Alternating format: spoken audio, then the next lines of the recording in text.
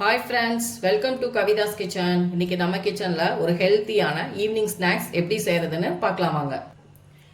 இப்போது நம்ம கோதுமை மாவில் தான் ஒரு பொட்டேட்டோ ஸ்டஃபிங் ரோல் வச்சு ஒரு ஸ்நாக்ஸ் செய்ய போகிறோம். நான் ஒரு பவுல் எடுத்திருக்கேன். அதில் 1 கப் அளவுக்கு கோதுமை மாவு சேர்த்துருக்கேன். இது நல்ல ஒரு ஹெல்த்தியான ஸ்நாக்ஸ். இப்போது இந்த மாவுக்கு தேவையான அளவு நம்ம உப்பு சேர்த்துக்கலாம். கூடவே 1 டீஸ்பூன் அளவுக்கு குக்கிங் ஆயில், அதாவது நம்ம இந்த ரெசிபி செய்கிறதுக்கு ஃப்ரை பண்ண ஆயில் ஹீட் பண்ணியிருப்போம் இல்லைங்களா, அதில் நல்ல சூடான எண்ணெய் 1 டீஸ்பூன் சேர்த்துட்டு இதை ஃபஸ்ட்டு நம்ம நல்லா மிக்ஸ் பண்ணிக்கலாம்.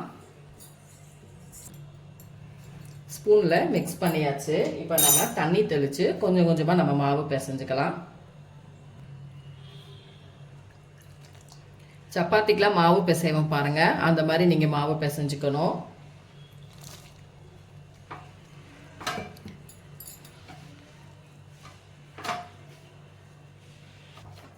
ஃப்ரெண்ட்ஸ், இந்த மாதிரி மாவு நீங்கள் பிசைஞ்சு எடுத்துக்கோங்க. இப்போ இந்த மாவுக்கு மேலே கொஞ்சமாக ஆயில் தடவிட்டு இதை ஒரு 10 நிமிஷம் நம்ம ஊற வச்சுக்கலாம். ஒரு 10 நிமிஷம் மட்டும் மாவு அப்படியே இருக்கட்டும்.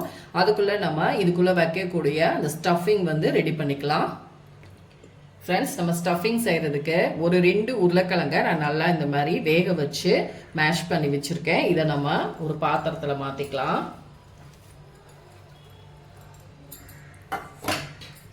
இது கூடவே ஒரு பெரிய வெங்காயத்தை இந்த மாதிரி பொடியாக நறுக்கியிருக்கேன், அதையும் இதில் சேர்த்துக்கலாம். அதுக்கப்புறமா ஒரு 2 பச்சை மிளகாய் பொடியாக கட் பண்ணதை சேர்த்துக்கலாம். கூடவே பொடியாக நறுக்கின மல்லி இலை, இது எல்லாத்தையும் இப்போது இந்த உருளைக்கிழங்கோட நம்ம சேர்த்துக்கலாம். ஃப்ரெண்ட்ஸ்,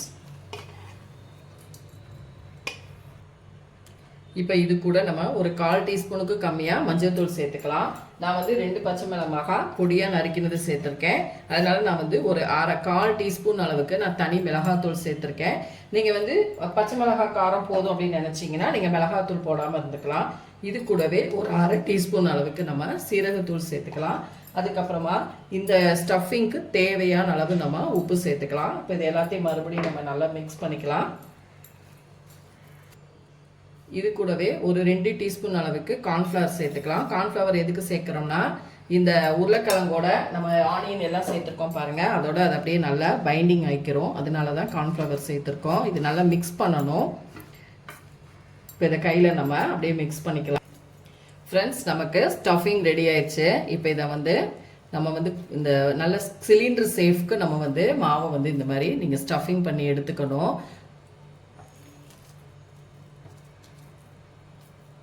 இப்படி உருட்டிட்டு நமக்கு உருளை வடிவத்தில் நம்ம இந்த ஸ்டஃபிங்கை இப்படி ரெடி பண்ணிக்கணும். இந்த மாதிரி பண்ணிக்கோங்க. இதே போல் நம்ம எல்லாத்தையும் ரெடி பண்ணி எடுத்துகிட்டு வந்துடலாம். இப்போ நமக்கு ஸ்டஃபிங் ரெடி ஆயிடுச்சு. அதே போல் நம்ம மாவு ரெடி பண்ணி வச்சுருந்தோம் பாருங்கள், அதுவும் நமக்கு ரெடியாக இருக்குது. இதை சப்பாத்தி உருண்டைகளாக நம்ம போட்டுட்டு நல்லா தேய்ச்சி எடுத்துக்கலாம். இப்போ ஒரு உருண்டை எடுத்து நம்ம சப்பாத்திக்கெலாம் தேய்ப்போம் பாருங்கள், அதே மாதிரி தேய்ச்சிருங்க. ஆனால் ரொம்ப மெல்லிஸாக நீங்கள் தேய்ச்சிக்கோங்க. அப்போ தான் நமக்கு ஸ்டஃபிங் உள்ளே வச்சு நம்ம அப்படியே ரோல் பண்ண முடியும். உங்களுக்கு மாவு ஒட்டுற மாதிரி இருந்துச்சுன்னா லைட்டாக மாவு டஸ்ட் பண்ணிவிட்டு நீங்கள் இந்த மாதிரி நல்லா தேய்ச்சி எடுத்துக்கோங்க.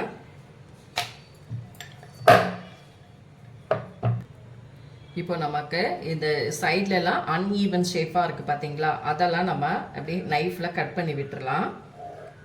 4 சைடும் நீங்கள் கட் பண்ணி விட்டுருங்க.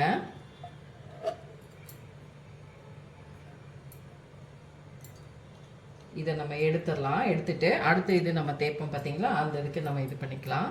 இப்போ இதை நம்ம 2 தான் போட்டுக்கலாம். போட்டுட்டு இதை இன்னும் நம்ம கொஞ்சம் நல்லா தேய்ச்சி எடுத்துக்கிறணும்.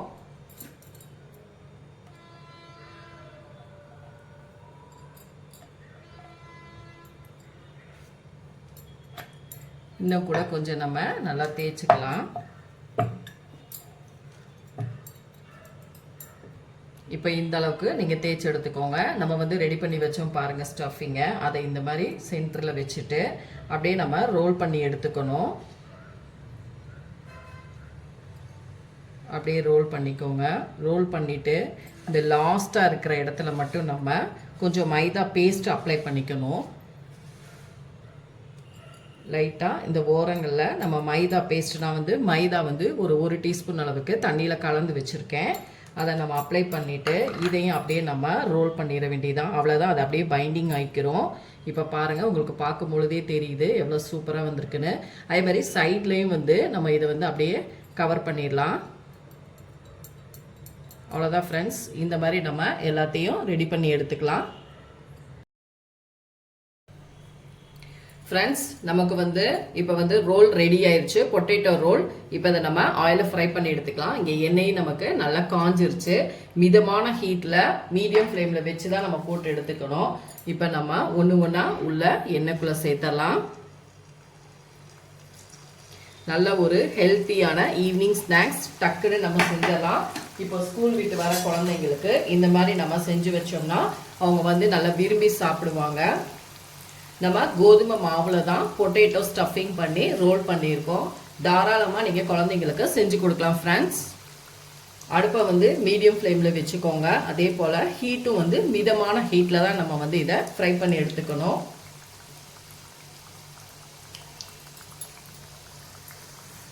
ஃப்ரெண்ட்ஸ், நமக்கு ஒன் சைடு நல்லாவே வெந்துருச்சு. இப்போ நம்ம திருப்பி விட்டுக்கலாம். உங்களுக்கு பார்க்கும் பொழுதே தெரியுது எவ்வளோ பர்ஃபெக்டாக இந்த ஸ்டஃபிங்லாம் பிரியாமல் சூப்பராக வந்திருக்குன்னு. கலரும் நல்லா சேஞ்ச் ஆயிடுச்சு. இப்போ இன்னும் ஒன் சைடு நமக்கு நல்லா ஃப்ரை பண்ணி எடுத்துக்கலாம். ஃப்ரெண்ட்ஸ், நமக்கு இன்னொரு சைடும் நல்லாவே ஃப்ரை ஆயிடுச்சு. இப்போ இதை நம்ம எண்ணெயிலேருந்து எடுத்து ஒரு பிளேட்டுக்கு மாற்றிக்கலாம். பாருங்கள், இவ்வளோ அருமையாக இந்த ஸ்டஃபிங்லாம் பிரியாமல் வந்திருக்கு. இதே போல மீதி இருக்கிற எல்லா ரோலையும் நம்ம ஃப்ரை பண்ணி எடுத்துக்கலாம்.